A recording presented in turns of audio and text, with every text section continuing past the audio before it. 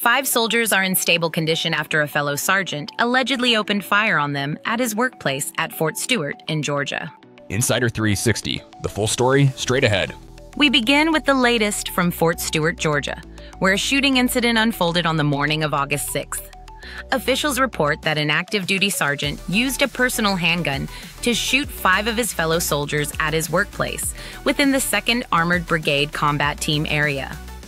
The attack was brought to a swift end when other soldiers in the vicinity immediately and without hesitation tackled the soldier, subdued him, preventing further harm.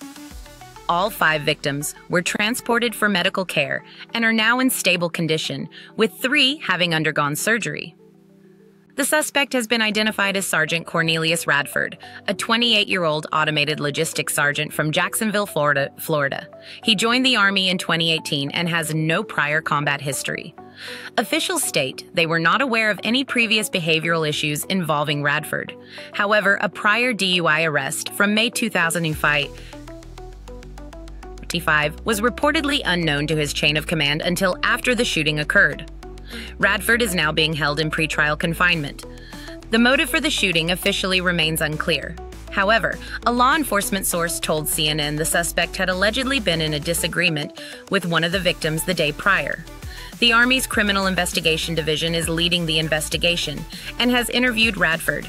Because he is an active duty soldier, he will be tried under the Uniform Code of Military Justice, with the Army's Office of Special Trial Counsel expected to bring charges for a court-martial.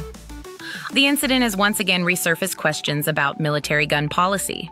The suspect used a personal handgun, not a military-issued weapon.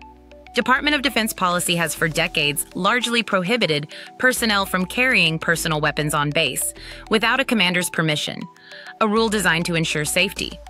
While some question this, military law experts argue that such strict policies are essential for the security of installations that handle classified operations and information.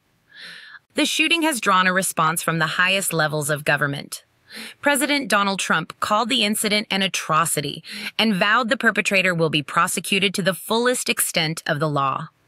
Secretary of Defense Pete Hegseth promised swift justice. As the 5 wounded soldiers continue their recovery, the investigation will focus on both the motive and how a personal weapon was brought onto the secure installation. For continuing coverage on this developing story, be sure to visit our website at insider360.news.